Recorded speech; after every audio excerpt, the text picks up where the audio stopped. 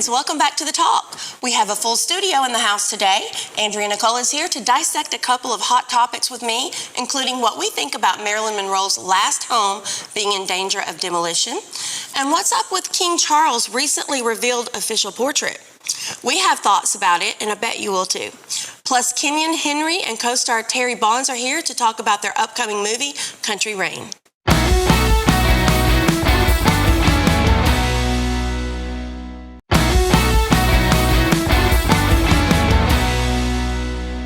Welcome back to The Talk. I'm here with Andrea Nicole. Welcome, hey. Andrea. Hey. Now, Andrea's a commercial realtor, and we have a couple of things to talk about, right? Yes, and I'm so excited to talk about them. We like to talk, so let's do it. Starting with late actress Marilyn Monroe's beautiful house, located at 12305 5th Helena Drive in Brentwood, California. Last year, billionaire heiress Brenna Milstein and her husband Roy Bank, a former reality TV producer, bought the house for just over $8 million in cash with the intention of tearing it down. The two say the tourist attraction is a nuisance to the neighborhood. What do you think about that? It is so sad because it's such an iconic house. That is the house Marilyn Monroe died in. Mm-hmm. So it's almost like a historic monument. Yeah. Yeah, certainly it is for me. I mean, for me it is. Yeah, I love Marilyn. You know, in one of my offices, I had a big thing of her in there. It is also one of the last links we have of her legacy. Now, she's lived in a documented 70 homes in her 36 years. Wow. But this was the only one that she outright owned, and she was so proud of it. And as a realtor, I see that there's something so special when you own a home, and especially you own your first home. Yeah. That is so special, and the pride in it is unreal. So I can't imagine her, you know, she had such a traumatic childhood and upbringing to finally own a home. You know that was special to her. Oh, yeah. Yeah, totally. And you know, it is modest by Hollywood standards. Oh, yeah. It sits on a half-acre parcel, not too much land there, of course. 4 bedrooms, 2 when she had it, a kidney-shaped pool, a small citrus grove. It's kind of like, wouldn't you say, a hacienda style? Yes. Yeah, but it's beautiful. I mean, it's not huge, but it's so lovely. It's lovely, and it's just iconic, absolutely iconic. Mm-hmm. It totally is, and she died there in August of 1963. Let's be honest. She was likely murdered there. I don't know how you feel about that. Absolutely, she was murdered. Yeah, I have read so many books. I have watched so many documentaries, and you have to take a little bit of it with a grain of salt. But there are too many people with eyewitness, firsthand accounts of things that transpired that were covered up. And something very interesting that I found out yesterday was that the police weren't the first ones on the scene. The psychiatrist was, and then the FBI. So how does the FBI make it there before the local police? Because of the Kennedys. Exactly. Yeah, sorry. Exactly. It's out there. You don't have to take our word for it. Go down your own rabbit holes. There's plenty to explore. Absolutely. Yeah, so I think this house too is just it's full of mystery because maybe the last 24 hours there especially. There's documentation of her having called the White House, her talking to both Bobby and JFK. Yeah, and there's evidence that at least Bobby was in the area at the time, at that night. And it just gives you chills because you know, she was 36. She was in her prime. She was the it girl. She was. And then her autopsy came back with nothing in her stomach. I mean, that's just, you know. It's so sad. It's so sad that a girl who was an orphan, more or less, and grew up and had so many tragic romantic relationships. So many things happen, and she's just still pushing and trying, and she is the it girl. So she says that by many accounts, she's going to call a press conference. I think the following Monday. She doesn't make it to Monday. So yeah, sometimes you're just silent, but sometimes you're silenced, and I think she was silenced. Oh, that's a good way to put it. So, well, I was just about to ask you what you thought, but we've just went through that, what we both think. Now, I read that she was talking to multiple friends about her home, and she was decorating it. She was talking about her plans for it. She had already ordered some important pieces from Mexico. She was going to go search for more. Does that really sound like a lady who's about to end it? She's No. excited. Yeah, like I said before, when it's your first home, there's a pride in it. There is a pride, and especially her traumatic background, she was proud of that home. That home meant something to her, and I think because of that, it means something to all of her fans, like us. Sure. And again, the answers are within those walls of what actually happened. Absolutely. I have a general idea, but so many movies say different things, so many books say different things, and the way I like to research it is what is evidence, and it's out there if people are willing to look at it. Oh, yes. As a Marilyn Monroe fan, as yourself, I am against the demolition. Actually, I was always planning on buying it when I win the lottery. I don't play the lottery, but I was thinking, I would probably move if I could get my kids and Steve to go. Yeah. I don't know. I have parents. Okay, I'm fantasizing right now, but that's my fantasy There's 4 house. bedrooms. Yeah, right. Yeah, bring them. Yeah. Could you imagine my kids living with me? Again, I'd love it. I think they like their privacy at this point. How do you feel about the possibility of this home being torn down? First, as a human being, we've already kind of went over that, but as a realtor, what are your thoughts on these two people who want to demolish it? As a realtor, I see this happen a lot, and it is the saddest thing, and especially in these giant areas like Hollywood and Brentwood, you get these people with this mega money, and they want to tear down something so iconic, so beautiful, and they want to build this like McMansion. Yeah. And it's going to be, some tacky eyesore that their kids aren't going to want, and and it's just sad because they're not taking the human aspect into it. That there's an emotion attached to that property, that there's history attached to that property. All they're saying is, I don't like that. I'm going to build my mansion here, and that's sad. That's really sad because that's when money trumps, emotion. Yeah. And that to me is sad. It's sad to me too, and I'm actually kind of surprised that they want this area, though it is a nice area. I haven't actually been there, but just from my research, it's a nice area. But I even watched a YouTube video on, like a little tour going to it. The roads are tiny. People are parking on the streets, like you see sometimes, all over the place. But it's like, and there's a lot of cracks, and it's like, why you have all this money? Why you want to move there? Right. It almost feels like hateful. Like, why would you buy this property to tear it down? Of all the properties, you've got all this money. Find another property. Right. I feel that way too. And for now, the LA City Council has put a halt to the demolition, though they are expected to vote later this summer to determine whether the house should be labeled as a landmark. Meanwhile, the determined owners are suing the council. To be continued. I think good for City Council for quickly making a move and acting on this quickly because they are from there. They're elected officials in the area, so they are from there. So they do have that attachment to it, and they do feel that way, where these new owners aren't from that area, so they don't have the same attachment. So good for the City Council, and I say let's keep our eye on this. Let's watch it. Absolutely. Well, we will. Okay, so moving on. Last Tuesday, just a little over a year since his coronation, King Charles III unveiled his first portrait as the King of England to mixed reviews. Oh, goodness. If you watch the video of the unveiling of the canvas, he pulls the blanket thing, the curtain down. He jumps. Yeah. He jumps. I noticed that. So when he saw that, he was like, just like I was. He sat for the artist 4 times. Got the years here somewhere. But it's like, if I'm having such an important portrait done, I'm going to kind of be micromanaging a little bit. But soon after it was debuted, like you said, the portrait stirred up debate on social media, especially dividing royal fans into those who approve and to those who were less appreciative.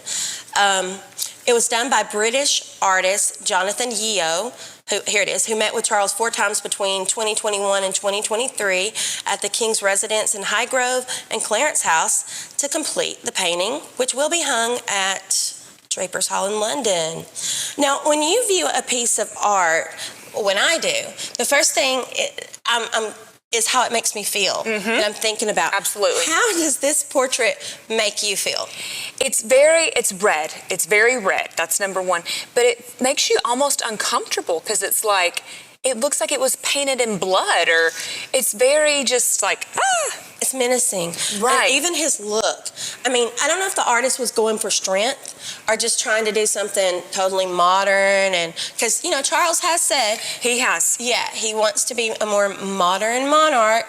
And people are saying that, pardon me, the monarch butterfly is part of that. I think it's part of the Illuminati. I do too. Yes. Because why? Why? There's this The one butterfly Yeah. on his shoulder in all the sea of red. I know. It's like, I'm sorry, but a vision of hell. Yes, It's like, yes. Yeah, it's like demons and flames. And sorry if I'm offending anyone who likes Charles. I still never got over the way he treated Diana or how he's treating Harry. Yeah, I don't like that either. I hate that. No. So, because I'm Team Harry. But I did read that Camilla likes it. Well, I don't like Camilla, so that's fitting. I don't either. Yeah, I believe she said, well, you really captured him. A demon, yeah. He Yeah. captured a demon. I agree. So if you guys are interested in the artist's explanation of the symbolism, visit his website. His name again is Jonathan Yeo. I don't know if I'm saying that right, but it looks like it's Y-E-O, so I'm thinking it's Yeo. But like we said, many who are speaking out against the painting say there's much Illuminati symbolism, and including the butterfly, the monarch. We don't have time to get into all that today, but if you're curious, there are plenty, once again, rabbit holes to explore. I personally would have liked to see something a little more traditional. I would have too. I would have liked to see something a little less red. Yeah, totally. We don't want to see red, do we? No. So I'm thinking like this portrait done. It's actually an AI done by my Uncle Larry of myself as Anne Boleyn.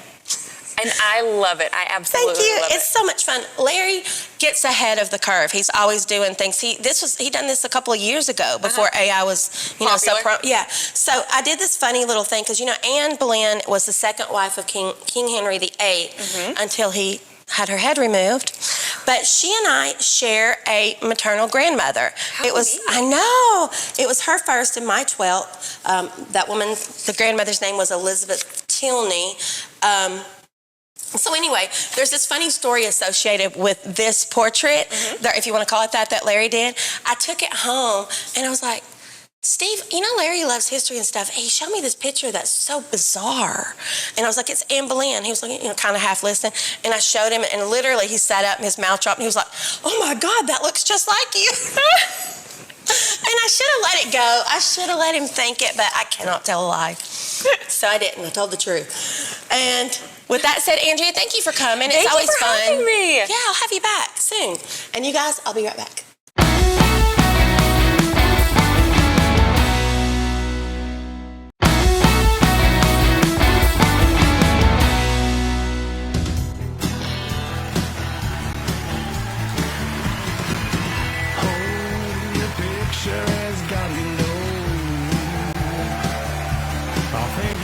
Me and Charlie and Angie went to his concert in a little honky tonk when we were kids. That's the reason that I sing. When I'm on that stage, everybody's gonna know who I am. I'm gonna chart my course out of this town, and this is how I'm gonna do it. You're gonna take me with you, right? I hit the big time. Got a little green in the bank. I hit the big time. This girl I love a lot. I hit the big time. How about you? Thank y'all!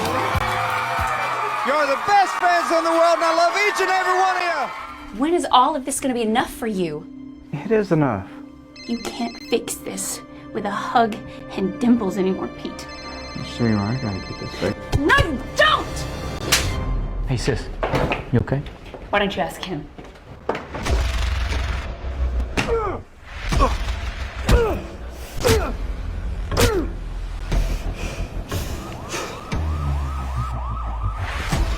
This better not cause the label any problems. All right, it'll be the end of Pete's career if it does. It's just one more thing I don't need! But I do think that he cares more about success than he cares about me, or more than he cares about us. Everybody knows she's just a gold-digging little tart. Calm down. JR, doesn't want to renew your contract. I got problems down here. I don't suppose there's any way you'd want to give me a hand, huh? Maybe I've had it all wrong. And that's the belief that most men do. Hey, Pete. Hey, I saw you and Sandy talking the other day. You just went straight back to what's important to you. hey God. I know I don't talk to you as often as I should. I don't even know where to begin. Little country rain washes away what ain't supposed to be there. God ain't done with you yet, Pete. No, sir, I don't think he's done with you yet.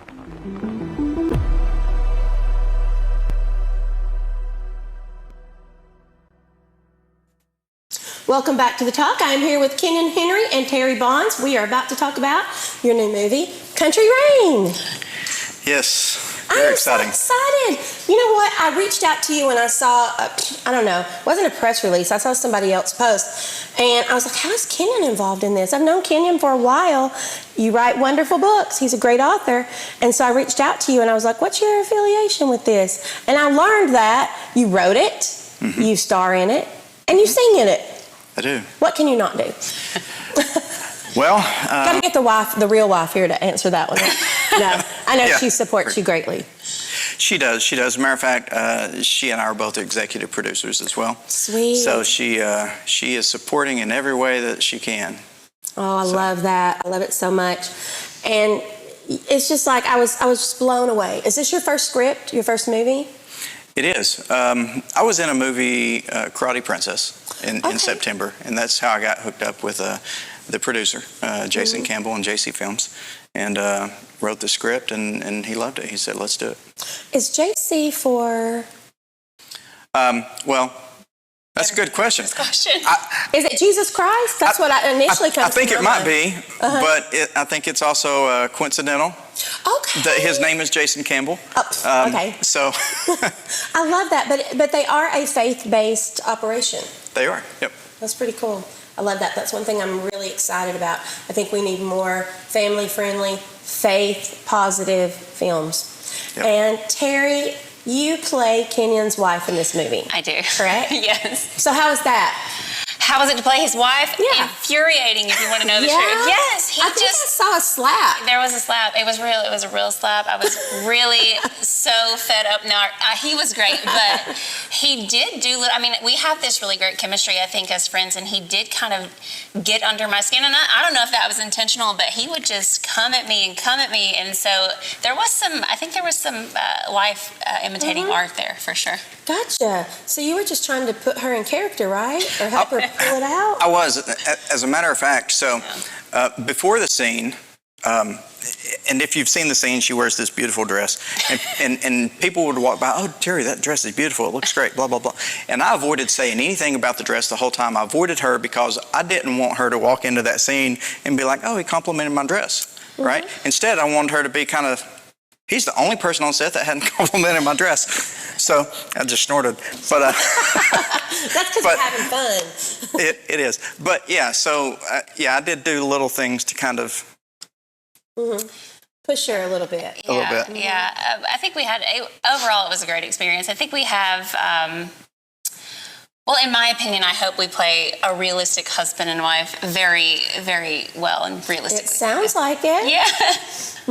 Well, I'm so excited to see it, and you guys are going to have a premiere coming up on June the 1st. It's a Saturday at Mercy Ridge Church in Rossville. Is that where you go to church? It is. Awesome. Yes. Okay. Yep. Okay, and it's going to be hosted by Dean Cain, Superman. Dean Cain, an American actor. And I saw online he's also a policeman. Is that correct?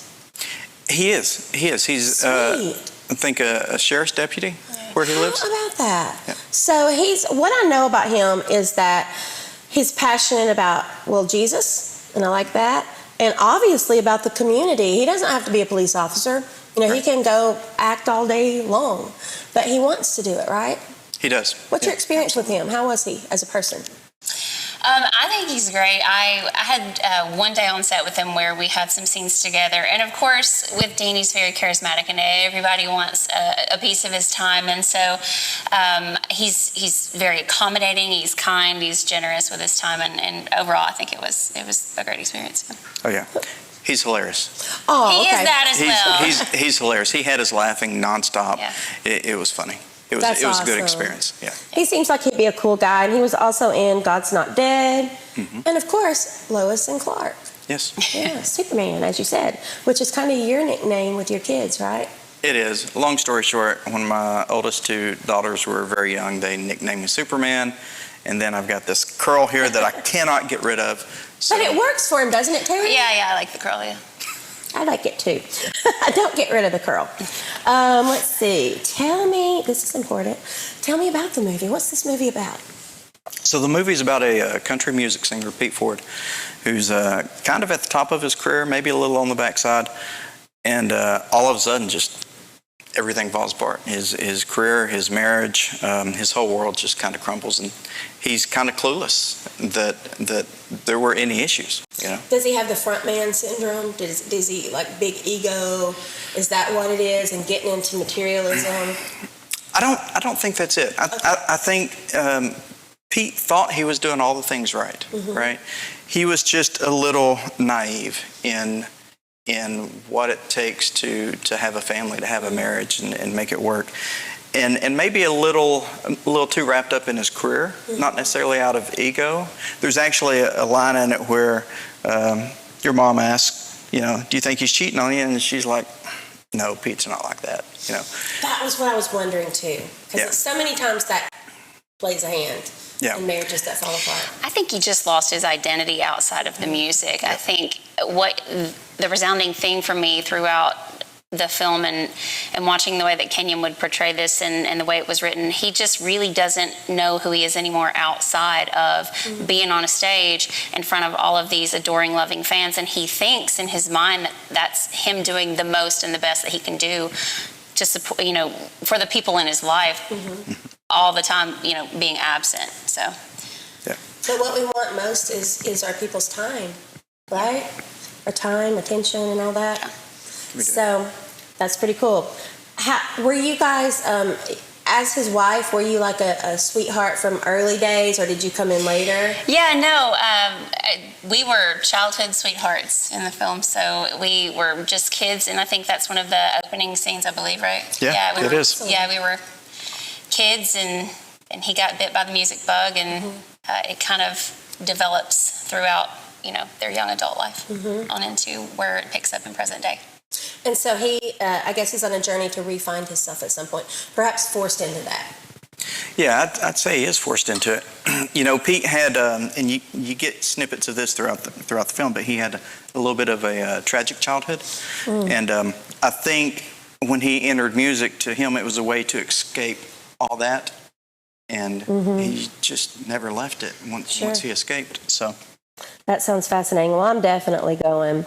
And don't you agree that these kinds of movies are important because your faith comes into play, or your character's faith comes into play there? Yeah, they are important. And the story I wanted to tell, there's a lot of films out there, especially in faith, that talk about infidelity and about alcoholism, drugs, drinking, all those things, and how you can lose yourself to it. But I think sometimes we forget that we can lose ourselves to just the normal things in life too, like working. Let it become all-consuming, or even kids. Marriage takes a lot of work, and it takes work between those two people, not everything else. It's a decision to make it work, really. Every day. I mean, because in the beginning it's all sunshine and rainbows, and then, not that it isn't still sometimes, but you do have to put that effort in. So I just can't wait to see this. Honestly, I can't wait to see your production, and because I'm used to your books, but now I can't wait to see this. And Terry, I can't wait to see you more in action. Tell everyone how they can watch. So you can come to the premiere on June 1st. There's still some tickets available. You can go to countryrainmovie.com to purchase tickets, or directly after June 1st on the 2nd, you can watch it on JC Plus. And then I think sometime in July it'll go into some other streaming services wherever the distributor sends it to. Sweet. So you guys can keep up with Kenyon as well as Terry on social media and see where all these things are going. Thank you guys for coming out. Thank you. Thanks for having us. We'll be right back.